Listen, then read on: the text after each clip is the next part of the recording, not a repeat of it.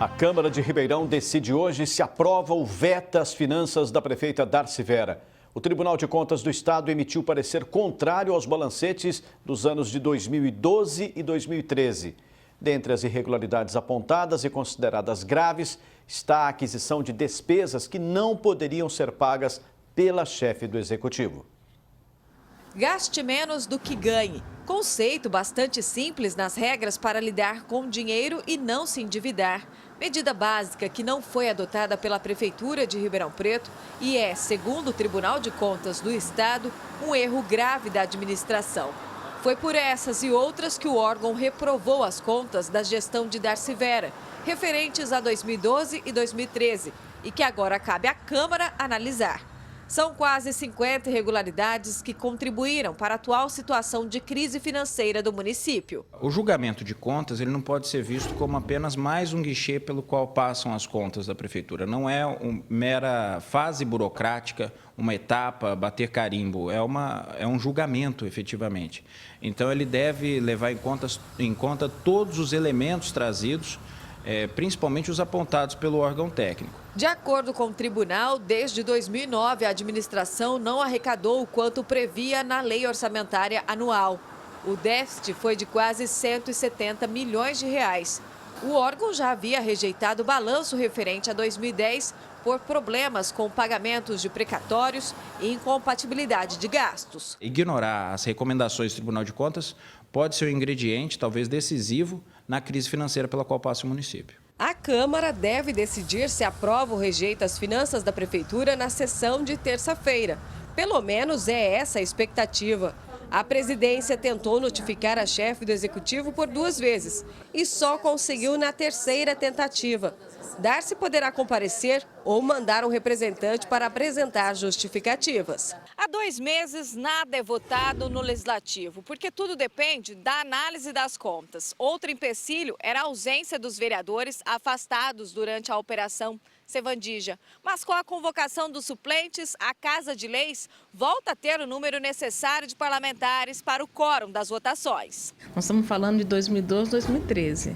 Ainda vamos ter que votar as próximas contas do exercício de 14, 15 e 16, quando o problema financeiro se agravou na cidade. Então não dá mais para viver a velha cultura de relevar os erros dos gestores. Hoje nós temos que levar em conta que quem está no cargo público, ele deve prestar conta de sua conduta. E existem leis que precisam ser respeitadas, e é isso que a Câmara de Ribeirão Preto vai fazer. Os vereadores já haviam ignorado o prazo previsto na lei orgânica de 180 dias para votar as finanças, cujo vencimento foi 2 de agosto, contrariando orientação do TCE. O novato Eliseu Rocha corre contra o tempo para analisar cada item. Muito estranho ter deixado a prestação de contas para depois da eleição. Por que não o fez dentro do prazo? Isso trouxe um prejuízo muito grande para o município, porque travou a Câmara, do modo geral, o desenvolvimento, o andamento do dia a dia, não pôde se votar nada.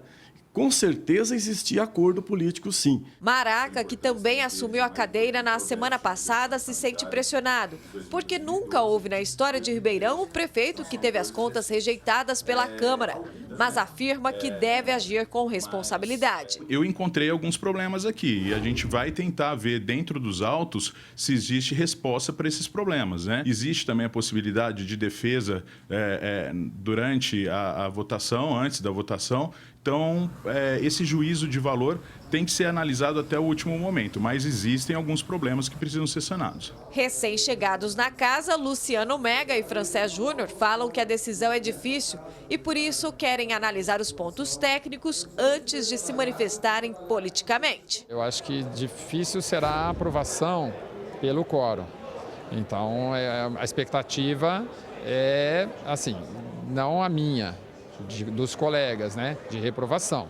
Mas eu, como disse, a minha decisão vai ser embasada em estudos. A decisão ela é técnica, ela precisa ser justa e ela precisa ser analisada com consciência. E eu penso que a Câmara toda, os meus colegas, eles têm demonstrado bastante atenção e penso que se for colocado em pauta, a gente precisa ter coragem e decidir da maneira mais correta para essa casa, para a população de Ribeirão Preto. Se a Câmara mantiver a rejeição, Darcy Vera pode ficar inelegível por 8 anos. Existe já um parecer do Tribunal de Contas, um relatório da comissão e agora o nosso voto. Eu acredito que, no meu pensamento, temos que abranger esses dois aspectos, técnicos e políticos. Ximene Osório para o Jornal da Clube. A assessoria da prefeita Darcy Vera informou que foi protocolada a defesa de aproximadamente 100 páginas com esclarecimentos jurídicos e técnicos. Disse ainda que a chefe do executivo espera que os vereadores tenham lido todo o documento. Agora ao vivo, Rafael Aguiar traz mais informações. Rafael. Será que essa novela termina hoje, né? Esse projeto é importante, a gente vai entender um pouco mais sobre ele.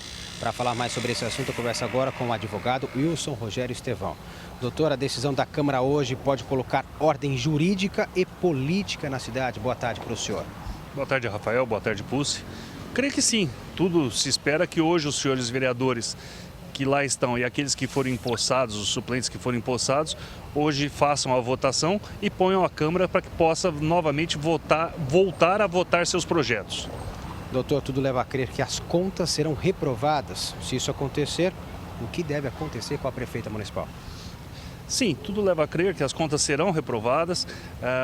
Foi emitido um parecer do Tribunal de Contas dando a indicação de que deveriam ser reprovadas.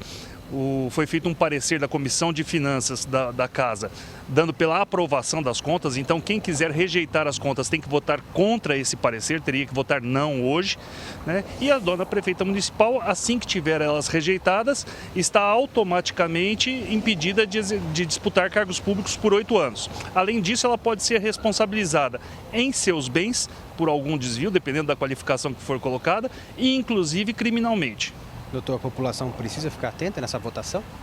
É muito interessante. É interessante que a população vá à Câmara, que a população acompanhe pela televisão e veja quem são os vereadores que estão ao lado da população e quem são aqueles que estão ao lado da senhora prefeita, das irregularidades e da conivência com a má gestão de Ribeirão Preto.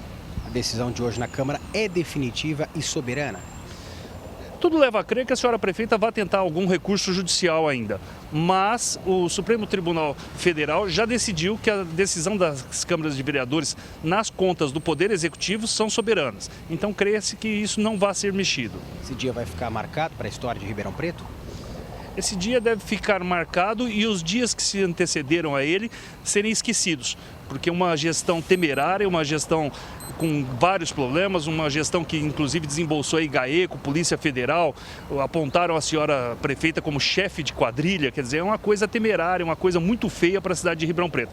Então esperamos que possamos passar uma borracha sobre esse período de 8 anos de Ribeirão Preto. Com certeza mais um dia polêmico na Câmara de Ribeirão Preto, né, doutor? Muito obrigado pela sua participação no Jornal da Clube. Daqui a pouco eu volto com outras informações. Paulo Pucci. Até já, Rafael.